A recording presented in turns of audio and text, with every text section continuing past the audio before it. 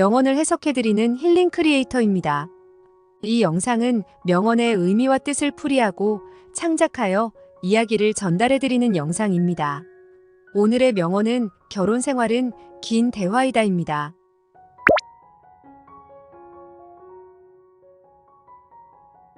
오늘의 주제는 니체 선생의 명언, 결혼 생활은 긴 대화이다인데요. 결혼한 분들은 공감의 눈빛을, 미혼자분들은 궁금한 눈치를 보내실 것 같네요. 자, 그럼 시작해 볼까요?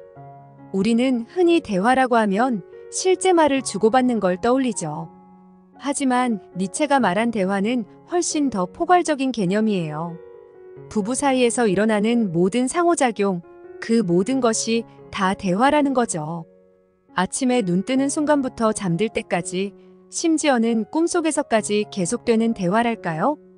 생각해 보세요. 신혼부부가 서로의 취향을 맞추려 애쓰는 것, 아이가 태어나 육아로 몸살 날 때 서로를 격려하고 위로하는 것, 세월이 흘러 늙어갈수록 말 없이도 통하는 눈빛. 이 모든 순간이 다 결혼이라는 이름의 대화예요. 그런데 왜 니체는 긴 대화라고 했을까요? 그건 결혼 생활의 대화에는 쉼표나 마침표가 없기 때문이에요. 여보, 우리 결혼했으니 이제 대화 끝. 이런 말은 어디에도 없잖아요. 두 사람이 함께 살아간다는 건 매일매일 새로운 대화의 연속이에요. 밥은 뭘 먹을지, 주말엔 어디 갈지, 그리고 애 이름은 뭘로 지을지, 이사는 언제쯤 갈지, 자녀 교육은 어떻게 할지, 노후 자금은 얼마나 준비할지.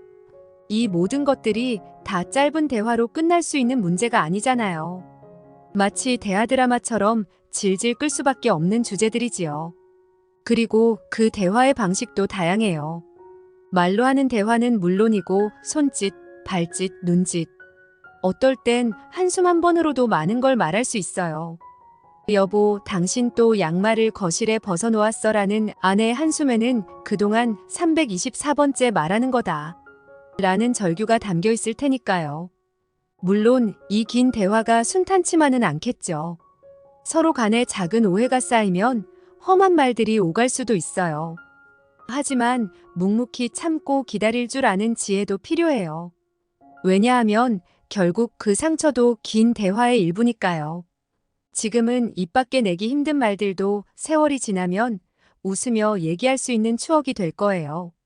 자, 그럼 어떻게 해야 이 대화를 잘 이어갈 수 있을까요? 첫째는 경청하는 것. 상대방이 던지는 말, 그 이면의 마음까지 알아듣는 거예요. 여보, 나 요즘 좀 지쳐서 그런데 집안일 좀 도와줄래? 라는 아내의 말에는 당신도 날 좀 이해해줬으면 좋겠어라는 속마음이 담겨 있을 테니까요. 둘째는 솔직함. 마음속에 담아두기보다는 용기 내어 입 밖으로 꺼내는 거예요. 당신이 설거지 안 한 게 서운해. 오늘 당신 웃는 모습 보니 정말 기뻐. 이런 솔직한 한마디가 서로를 더 깊이 알아가는 열쇠가 될 수 있어요. 셋째는 유머 감각. 다 그렇게 심각할 필요는 없어요.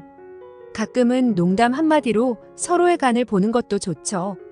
자기야, 당신 미모가 점점 더해지는 걸 보니 내가 참 복받은 남편인 것 같아. 서로 웃을 수 있다면 그게 바로 행복한 대화 아닐까요? 마지막으로 가장 중요한 건 사랑.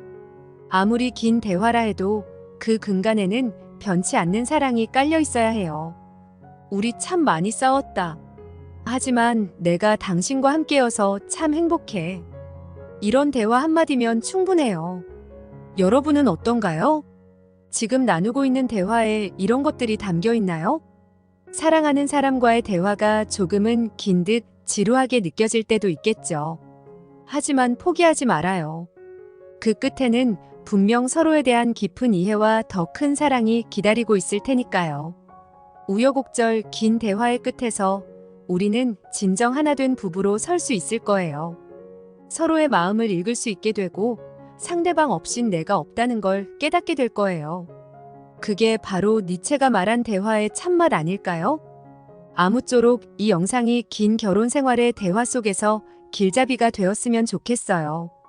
때로는 대화가 끊기는 듯 막막할 때도 있겠지만 다시 이어갈 용기를 잃지 마세요. 사랑으로 시작된 대화니까 사랑으로 채워나갈 수 있을 거예요. 시청해주셔서 감사합니다.